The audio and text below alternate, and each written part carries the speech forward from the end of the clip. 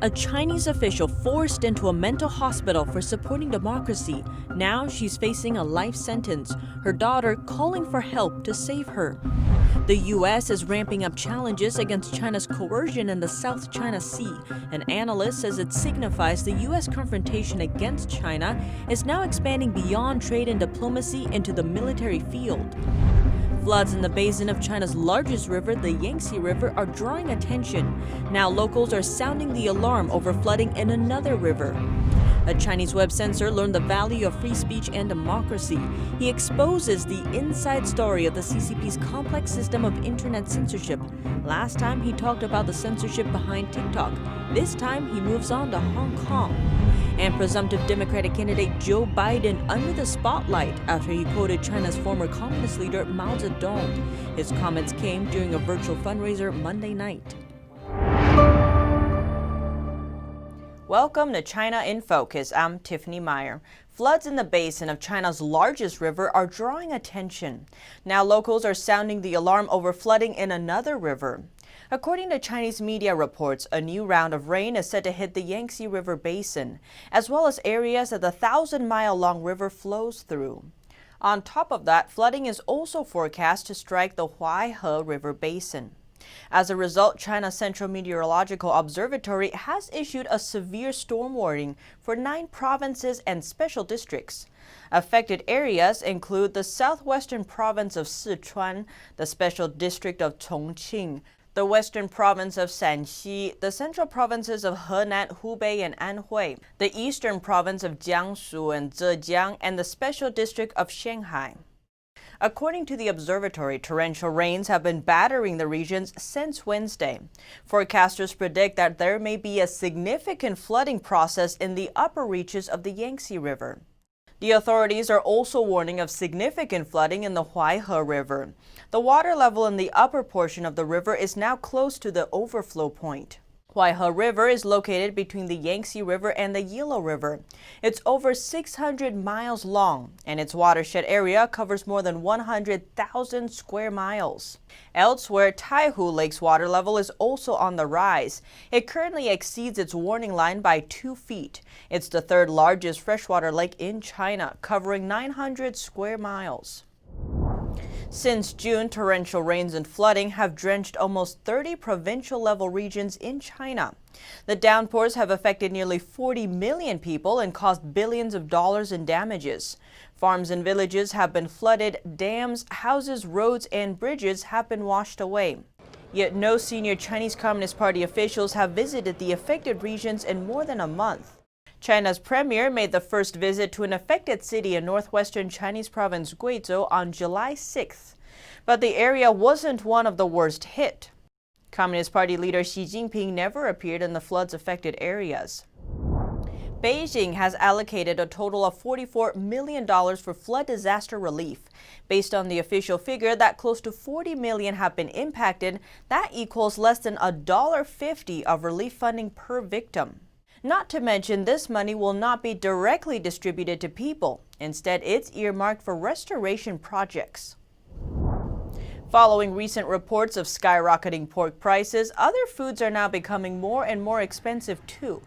Based on official statistics, China's food prices were up more than 10% in June. Some Chinese residents say food prices have even tripled. Experts say the prices will continue to rise, adding to the pressure on Chinese household budgets as incomes fall. Low-income groups will likely suffer the most. Price inflation has disrupted China's supply and demand chain and led to closures and slowdowns in factories, restaurants, and retail. A pro-democracy Chinese official is facing life in prison. She was forced into a mental hospital for distributing democracy flyers. Her daughter is trying everything to save her and has been threatened by authorities as well. NTD's Juliet Song has more. Chinese police forced a democracy activist into a mental hospital, although she has no signs of mental illness. Now she's facing the prospect of life in jail after handing out pamphlets. Feng Xiaoyan is a government researcher in China's eastern Shandong province. An outspoken supporter of democracy, she openly supports Hong Kong's pro-democracy protests and criticizes Chinese authorities' handling of the CCP virus outbreak. This April, she went to one of Beijing's most famous shopping streets to distribute flyers that promote democracy and call for reforms and a new leader for China. State security forces immediately arrested her and sent her back to Shandong. There, local police forced her into a mental hospital and subjected her to violence. In a written statement, her daughter wrote, "They slapped my mom on the face, stripped her down, and dragged my mom, who has a herniated disc, on the ground." Authorities say Feng has a mental illness and force her to take pills every day, which makes her shiver. But Feng's daughter did not report she had any signs of mental illness prior to the accusation. Feng's daughter said her mother would be released if she agrees to stop criticizing the Chinese Communist Party. But Feng refuses to comply or stay quiet. She told her daughter, "I'd rather die standing than leave on my knees." Feng also told her daughter that authorities threatened her with a life sentence. Her daughter, a 20-year-old student, contacted the mental hospital, trying to get her mom out. At first, staff denied any knowledge of her. Are you sure she's now at our hospital? Any evidence? After the daughter said she has seen Feng at the hospital and wants to take her home, the hospital staff responded, How can she leave since she hasn't recovered from her mental illness? Feng's daughter is being threatened for her efforts to save her mom. She said local government officials have threatened to send her to mental hospital too if she continues to speak out. Zhang Bei and Juliet Song, NTD News. A Chinese web censor learned the value of free speech and democracy and then defected to America. In our exclusive three-part interview, he exposes the inside story of the CCP's complex system of internet censorship and how the Communist Party has been infiltrating the free world. Part 2 moves on to Hong Kong. For years, Liu Lipeng worked as a web censor for Weibo, a Twitter-like Chinese social media app. He describes the work environment as a censorship factory, with lots of people working in a large warehouse-like building. Each worker is provided with only a laptop and a desk, with all workstations packed densely together. Everyone stares only at his or her screen. Nobody talks. And the only sound that can be heard is the relentless clicking of computer mice. One laptop, one person in each desk, row after row after row of desks. Everybody has the same screen with the same operator interface. Isn't it a factory? Liu says almost all the senior positions are held by people in Beijing, but he explained that the censorship factories are also set up in other cities. Altogether, they employ 1 to 2 million web censor workers all over China. That's nearly as many workers as in the Chinese Communist Party's or CCP's 50-cent army. Liu noted the Cyberspace Administration of China set goals for internet celebrities to help suppress the freedom of speech online. In any case, the goal is to silence the Chinese people, silence opinion leaders. What they want is for people not to go against the CCP, not stand in their way, not know the truth. Liu said Weibo's censorship backend would classify users based on their race, geographical location, social status, and influence, among other factors. That information was then used to determine what to do with each user's posts. Liu also confirmed that as early as 2011, the Hong Kong issue was gaining major traction online. Even back at that time, social media accounts were getting blocked and posts were being deleted. Every time Hong Kong's July 1st Grand Parade happens, Weibo will automatically kill any posts from any Hong Kong IP address if they include pictures. But Liu secretly unlocked some accounts. User Jenny Hose was one of them. Liu says reading Jenny's posts helped him realize how the CCP stands against freedom and how a clear divide exists between the Chinese regime and other free countries. Liu believes Chinese authorities have been planning a scheme to suppress Hong Kong for a long time. I think the national security law on Hong Kong has been part of the CCP's plan for years. Now they're almost there. The regime must be thinking that they've finally gotten Hong Kong under control. Liu says he doubts the CCP has the guts for an armed war, but that will definitely enforce strict censorship in Hong Kong. The CCP relies on censorship to enslave people, deprive them of their freedom, and even their desire for freedom. Liu said he's tried to help others whenever possible. At one point, he disclosed the list of all sensitive search terms he knows of. That way, people know what words to avoid using in their posts so they won't get taken down. But he explained the sensitive word bank is far too large for him to know all of the censored terms.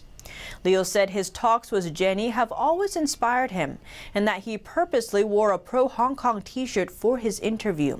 He says that reminds him of Jenny too. Unfortunately, Jenny's account was later blocked again and the two lost contact.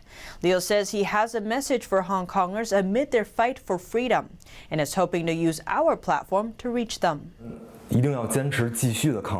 Please keep fighting the good fight, like you inspired me years ago. As long as you keep going, you will inspire more people. People from all corners of the world will notice your efforts. As long as you keep fighting back against the CCP, people will continue to stand up for the cause, and help will always come.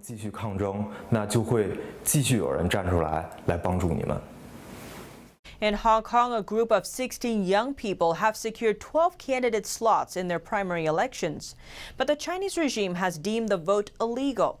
It even threatened that the pro-democracy primaries might have violated its new security law. A younger, more defiant generation of Hong Kong Democrats has secured the most votes in primary elections in the semi-autonomous region. The 16 pro-democracy activists are members of a so-called localist camp. Localist is a term for those who do not see themselves as Chinese and focus on saving Hong Kong's freedoms. The young group had secured 12 candidate slots as of Wednesday afternoon.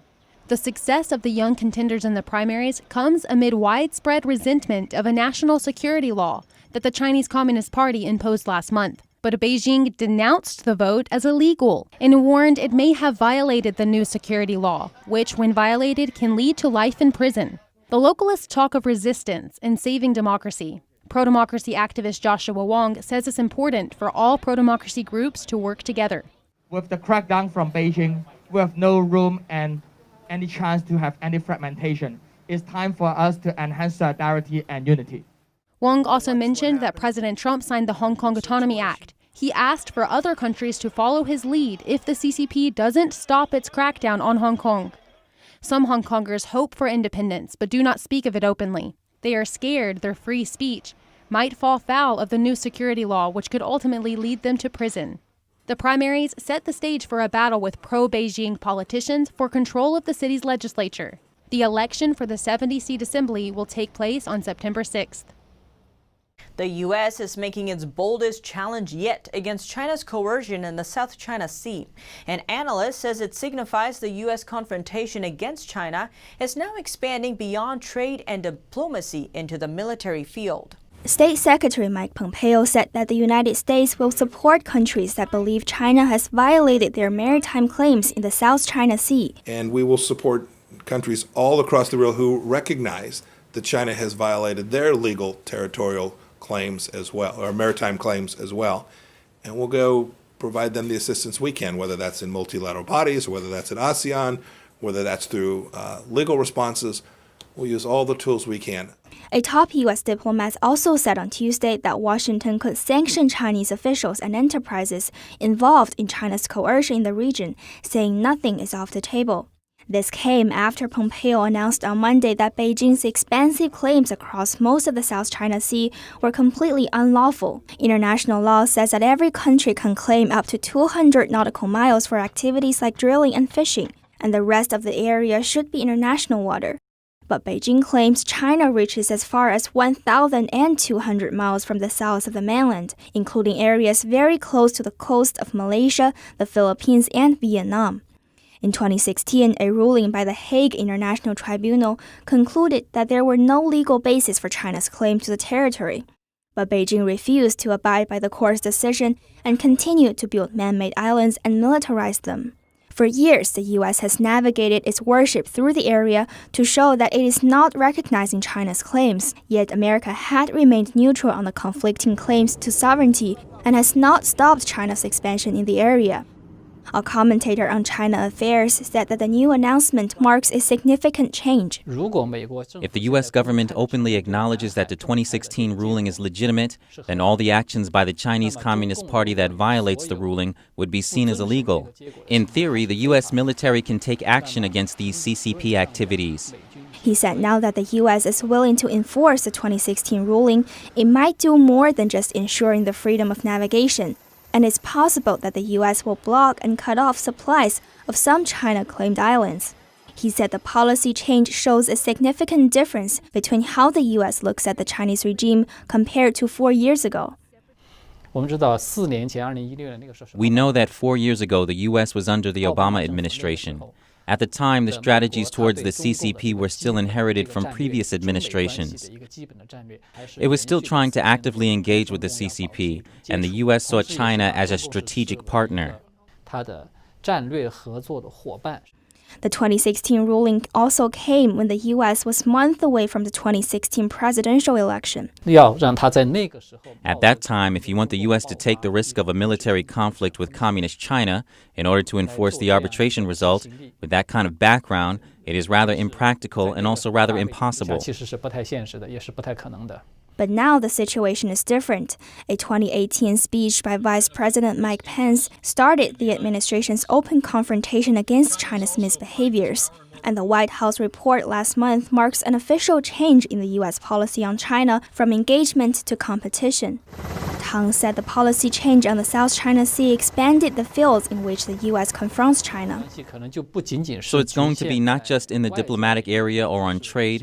It's possible for there to be conflicts between the U.S. and China of a military kind.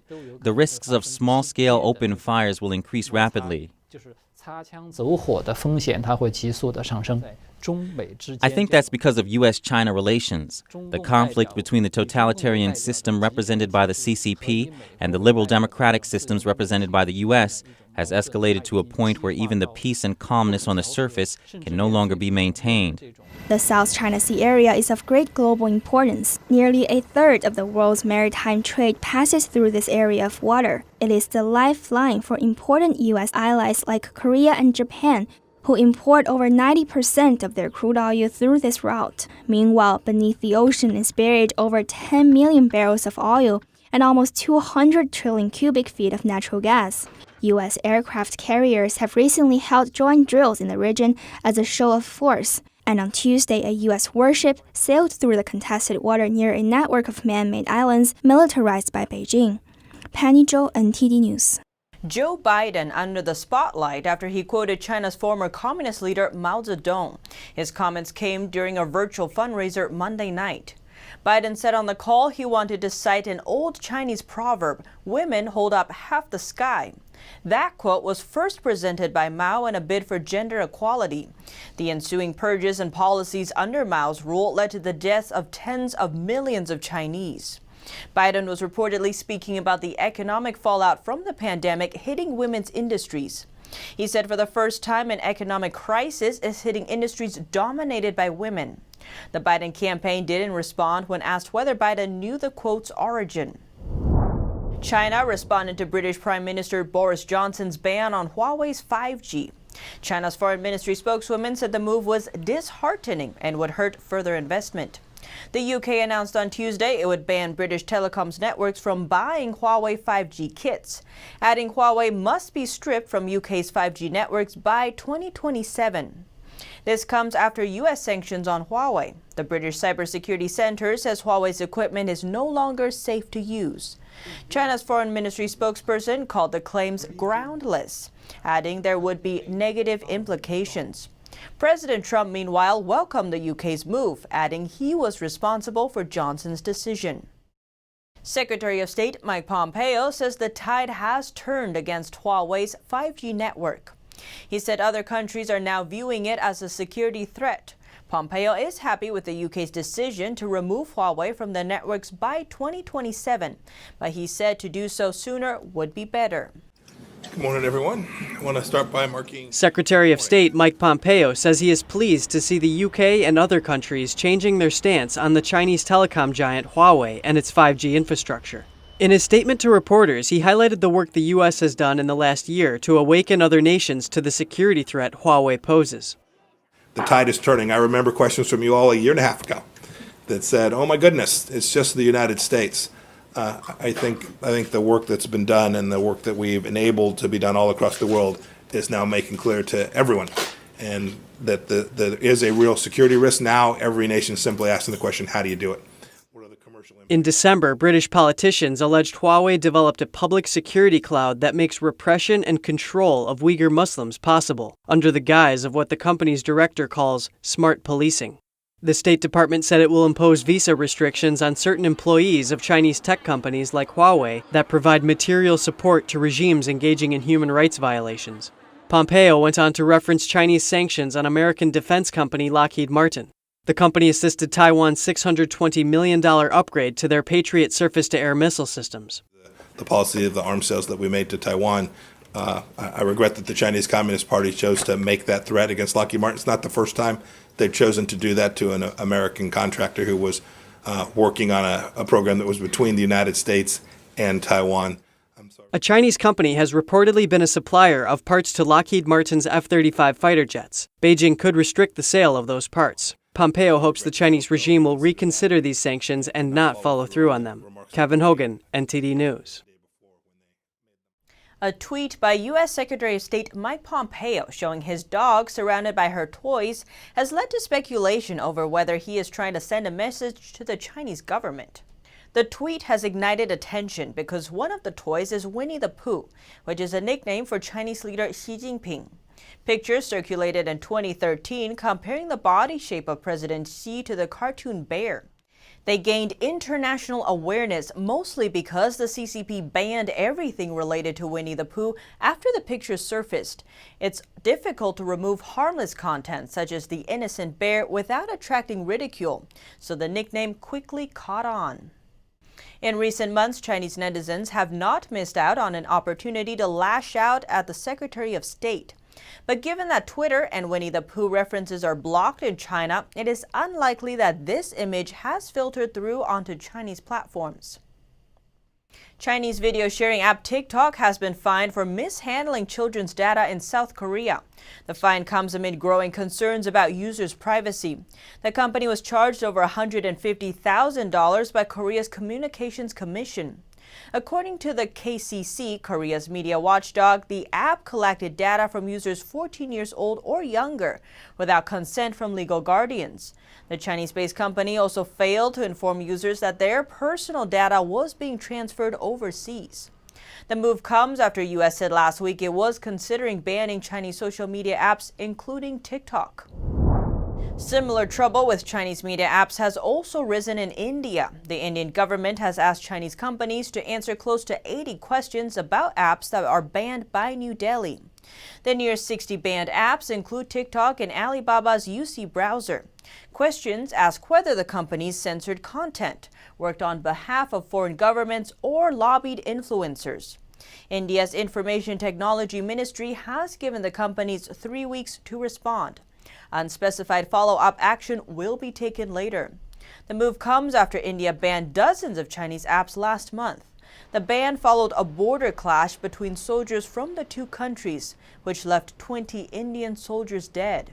India says the Chinese apps pose a threat to its sovereignty and integrity. And now we turn to Australia, where a lawmaker is pushing for action against China. Australian Senator Rex Patrick is urging his government to kick out at least 100 Chinese diplomats and consular staff in Australia. The group makes up 2/3 of the whole department's staff. He calls it a long overdue action. Patrick claims there's no question that Chinese consular personnel are engaging in espionage and political interference.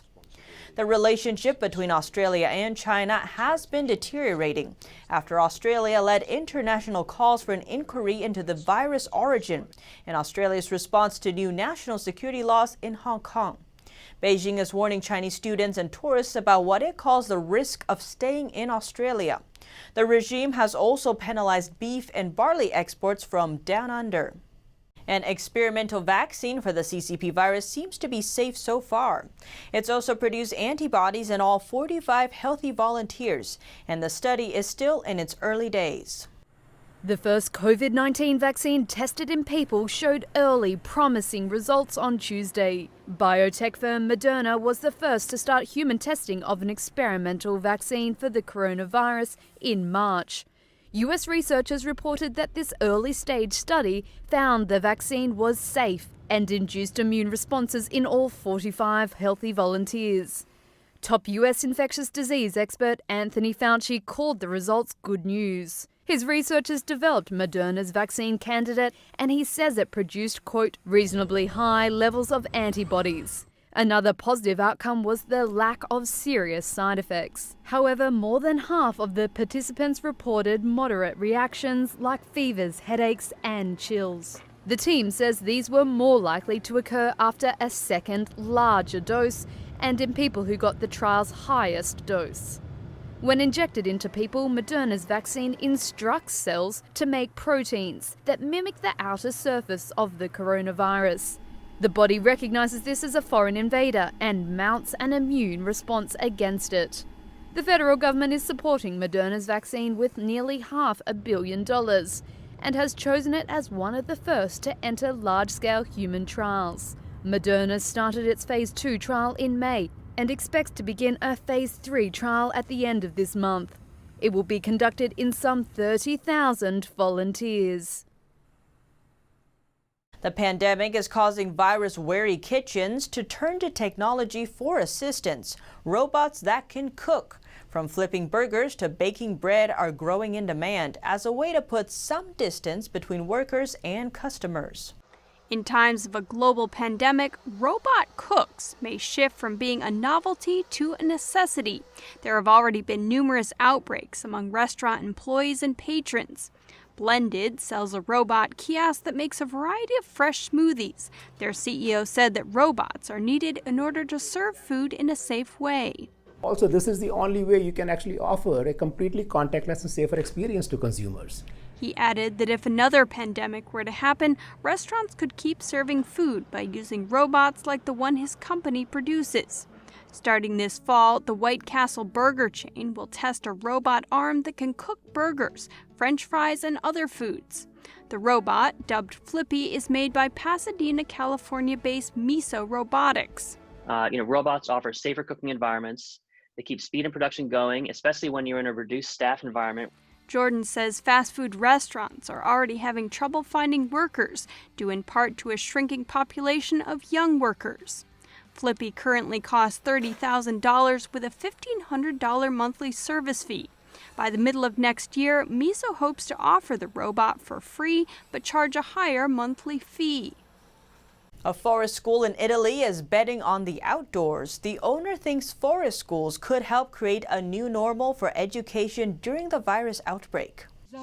Anna Podesta has been offering a curriculum for children under the age of 6 based on nature for the past 10 years in Milan, Italy. She is now testing full-on outdoor education with small groups of children at a time on a summer camp in a province north of the city. The children at this Italian forest school hop from tree trunk to tree trunk, jump off trees with ropes, experience different textures with their bare feet, and climb some more whenever possible.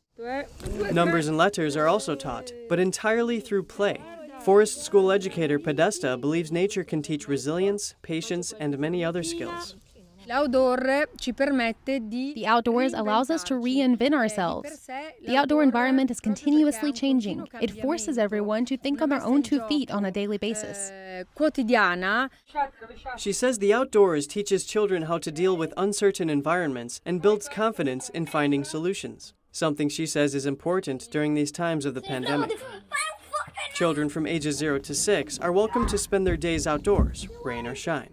A mother of a 5-year-old student said her son's happiness from being at the school is priceless. I see him come home happy and tired, with some extra nicks and grazes on his legs, but he is really happy, so that has no price, to see extreme happiness in your child. The project also includes working with animals. The children are free to feed horses, take ponies out for a walk, or even go for a ride at their own pace. Today, Nero is getting to walk a pony outdoors, almost on his own. He is very comfortable, enthusiastic every morning. He wants to see the horses, to ride the horses, to play in the parks, and to play with handmade toys, to use wooden sticks and everything he finds in the woods. So I'd say I can't ask for more. For this educator who works with children at the Birba Ranch, the outdoor environment has a fundamental benefit. The child can take those social masks off that they're obliged to keep on in other environments, such as the city or even in their own home. In September, if the pandemic allows, the school will be opening its doors to fee-paying children both in Milan and in the new location where the summer camp was held. And that's all for today's China in Focus. Thanks for watching and see you tomorrow.